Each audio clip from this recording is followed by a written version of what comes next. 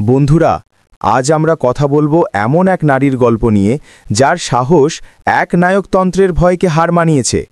ভেনেজুয়েলার লৌহ মানবী মারিয়া Corina Machado 2025 সালের নোবেল শান্তি পুরস্কার বিজয়। তিনি শুধু একজন রাজনীতিবিদ নন, তিনি এক প্রতীক স্বাধীনতার, গণতন্ত্রের এবং মানবিক প্রতিরোধের। ঠিকই বলেছ। একসময় যিনি গোপনে আত্মগোপনে ছিলেন, আজ তিনি সারা বিশ্বের সাহসী কণ্ঠের প্রতীক। তবে প্রশ্ন হচ্ছে, কে এই মারিয়া করিনা? কেন তাকে বিপ্লবের নারী বলা হয়? আর এই পুরস্কারের রাজনৈতিক বার্তা কি? সব জানব আজকের বিশ্লেষণে। তবে শুরু করার আগে, যদি এমন বিশ্লেষণমূলক কন্টেন্ট পছন্দ করেন তাহলে চ্যানেলটি সাবস্ক্রাইব করুন আর ভিডিওটি লাইক ও শেয়ার দিন। চলো শুরু করা যাক তার গল্পটা একদম শুরু থেকে। মারিয়া করিনা মাচাদো 1967 সালে জন্ম ভেনেজুয়েলার রাজধানী কারাকাসে। তার পরিবার ছিল শিক্ষিত, মধ্যবিত্ত এবং দেশপ্রেমিক। তিনি নিজে শিল্প প্রকৌশলী হিসেবে পড়াশোনা করেছেন। ও তাই নাকি? মানে তিনি পেশায় মূলত রাজনীতিবিদ ছিলেন না? একদমই না। রাজনীতি তার মূল পেশা ছিল না, বরং সেটা ছিল এক ধরনের আবশ্যকতা। 2002 সালে তিনি প্রতিষ্ঠা করেন সুমাতে নামের একটি সংস্থা, যা ভোট পর্যবেক্ষণ এবং নাগরিক অধিকার নিয়ে কাজ করত। তাহলে তার লড়াই শুরু হলো সেই সময় যখন ভেনেজুয়েলা ধীরে ধীরে এক নায়কতন্ত্রে ঢুকছে। ঠিক তাই। 2000-এর দশকে ভেনেজুয়েলায় প্রেসিডেন্ট হুগো শাভেজ ক্ষমতায় ছিলেন। তার পরবর্তী নেতা নিকোলাস মাদুরো ক্ষমতা কেন্দ্রীভূত করেন মিডিয়া নিয়ন্ত্রণ, বিরোধী দমন এবং বিচার ব্যবস্থায় হস্তক্ষেপের মাধ্যমে। আর সেই বিরুদ্ধেই দাঁড়ালেন মারিয়া করিনা, একজন নারী, একা, ক্ষমতার পাহাড়ের সামনে। হ্যাঁ, 2014 সালের বিরোধী আন্দোলনের সময় তিনি ছিলেন মূল সংগঠক। জনগণকে রাস্তায় নামতে উৎসাহ দিয়েছিলেন।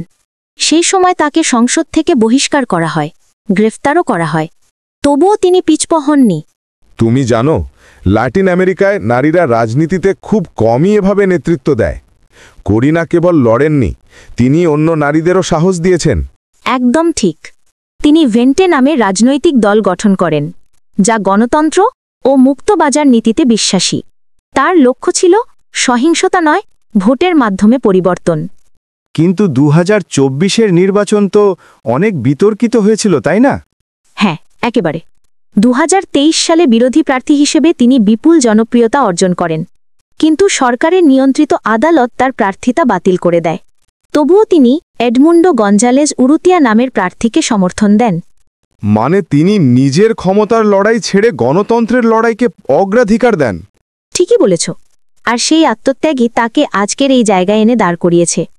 তিনি জনগণকে সংগঠিত করেছেন, ভোটারদের রক্ষা করেছেন, এমনকি ভোটের নথি পর্যন্ত সুরক্ষিত রেখেছেন, যেন ভোট চুরি করা না যায়। নোবেল কমিটি তার এই কাজগুলোকে কিভাবে ব্যাখ্যা করেছে? নরওয়ের নোবেল কমিটি বলেছে, মারিয়া করিনা মাচাদো বেসামরিক সাহসের উজ্জ্বল প্রতীক। তিনি ক্রমবর্ধমান রাজনৈতিক অন্ধকারের মধ্যে গণতন্ত্রের শিখা জ্বালিয়ে রেখেছেন। ও তাই নাকি? মানে এই পুরস্কার শুধু তার জন্য নয়, বরং এক নায়কতন্ত্রে নিপীড়িত প্রতিটি নাগরিকের জন্য। একদম ঠিক। তারা আরও বলেছে, গণতন্ত্রই স্থায়ী শান্তির পূর্বশর্ত। যেখানে বাক স্বাধীনতা নেই, সেখানে শান্তি টেকসই হয় না। এই পুরস্কার আন্তর্জাতিক রাজনীতিতে কি বার্তা দেয় বলে মনে করো? দারুণ প্রশ্ন। এই পুরস্কার স্পষ্ট করে দিচ্ছে যে বিশ্ব আজ গণতন্ত্রকে আবার মূল্য দিচ্ছে। একদিকে যখন কর্তৃত্ববাদী শাসন বাড়ছে, চীন, রাশিয়া, এমনকি কিছু লাতিন দেশেও, তখন মাচাদোর জয় হচ্ছে এক ধরনের পাল্টা বার্তা। মানে এটা শুধু এক নারীর জয় নয়, এটা এক ধারণার জয়, যে ধারণা বলে যে ভয়কে জয় করো, ভোটে বিশ্বাস রাখো। তবে প্রশ্ন হচ্ছে, এই পুরস্কার কি ভেনেজুয়েলার রাজনীতিতে বাস্তব পরিবর্তন আনতে পারবে? এই মুহূর্তে বলা কঠিন। মাদুরো সরকারের দমননীতি এখনও চলছে। করিনা এখনও আত্মগোপনে, কিন্তু তার দলের সদস্যরা মাঠে সক্রিয়। তারা বলছে এই পুরস্কার জনগণের জয়ের প্রতীক। হ্যাঁ, এবং এই বার্তা অন্য দেশগুলোকেও অনুপ্রাণিত করছে, বিশেষ করে যেখানে গণতন্ত্র বিপন্ন, যেমন মিয়ানমার, ইরান, আফগানিস্তান, এমনকি আফ্রিকার কিছু দেশেও এই প্রতিরোধের বার্তা ছড়িয়ে পড়ছে। তুমি কি মনে করো বাংলাদেশ বা দক্ষিণ এশিয়ার দেশগুলোর জন্য এতে কোনো শিক্ষা আছে? অবশ্যই আছে। মাচাদোর গল্প প্রমাণ করে গণতন্ত্রকে রক্ষা করার লড়াই কখনোই শুধু ভোটের নয়, এটি চেতনার লড়াই।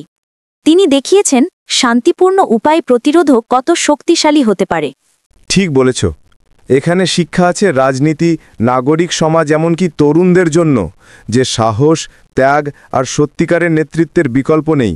তাহলে বন্ধুরা, আজকের গল্পটা শুধু এক নারীর নয়, এটা এক জাতির সংগ্রাম আর এক যুগের বার্তা।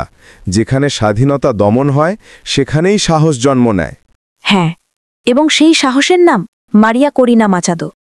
ভেনেজুয়েলার এই নারী বিশ্বকে আবার মনে করিয়ে দিলেন, গণতন্ত্র কখনো মরে না যদি কেউ তাকে রক্ষা করতে দাঁড়ায়। আপনি কি মনে করেন এই নোবেল পুরস্কার কি সত্যিই পরিবর্তনের সূচনা আনবে, নাকি এটা কেবল এক প্রতীকী স্বীকৃতি মাত্র? আপনার মতামত নিচে কমেন্টে লিখুন।